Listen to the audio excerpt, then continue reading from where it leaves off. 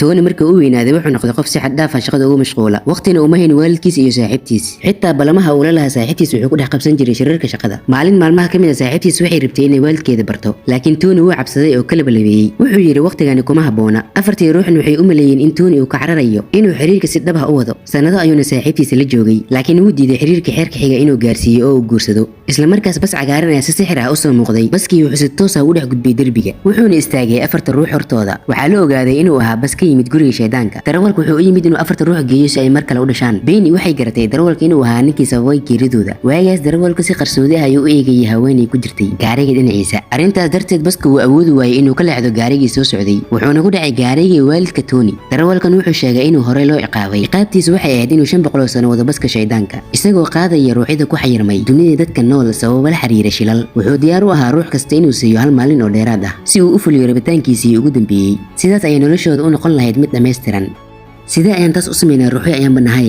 xitaa telefoon wici karno sida saas ku noqotay marka darawalka baska garaaca idinku waxaad tihiin makhluuqaad jir ahaan jira waa inaad isaga u isticmaashaan sida gaari aad ku shaqaysataan haddii uusan rabin inuu sameeyo jirkiisa ayaad geli kartaan oo waad ku qasbi kartaan inuu sameeyo jirkiisa inaan galno ma awoodna inaan xukunno ilaahay mahadiis waxaan moodaa inaan halkan weliga ku xirmi doono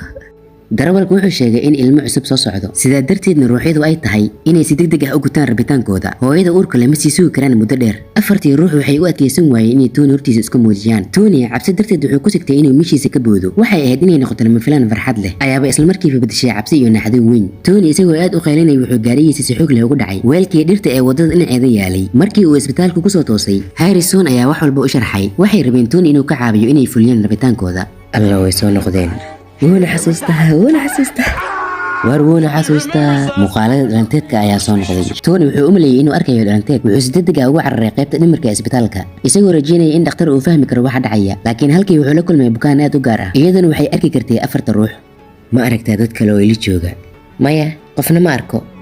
marka laga reebo afartaas haweeneydii xitaa waxay si sax ah u sharaxday sida ay afarta ruux u egyihiin taas waxay Tony ku qancisay in waxa dhacaya uusan ahayn dhalanteed Julia waxay u sheegtay in ruuxida mar walba halkaas joogeen balse aysan muuqan jirin Tony weli wuxuu ka xanaaqsanaa inay isaga ka maqnaayeen wuxuuna diiday inuu ka caawiyo fulinta rabitaankooda kaliya ma ahayn in gaarigiisa qaaliga ahaa burburay balse hadda wuxuu sidoo kale ku qasbanaa inuu u adkaysto afar ruux oo mar walba dhagihiisa ka hadlaya Tony wuxuu rabay inay mar kale baaba'aan si ay Tony ugu qasbaan inuu ogolaado ruuxidii waxay bilaabeen inay shaqadiisa farageliyaan Milo ayaa niisa daboolay si uusan u aqrin karin waraaqadiisa Julian si toos ay jirkiisa u gashay waxayna u tagtay madaxdiisa iyadoo aan si xishood lahayn u shaqaynsanaysa qof kasta oo qolka joogay wuxuu adkeysan waayay inuu daawado muuqaalkaas ceebta badan isla markii Julia jirkiisa ka baxday Milo ayaa markiiba galay wuxuu jirka Tony u adeegsaday inuu hadal aan habboonayn uga sheego madaxda maaliyadda ee haweeneyda ah Tony iyo Milo waxay bilaabeen inay isku dagaalaan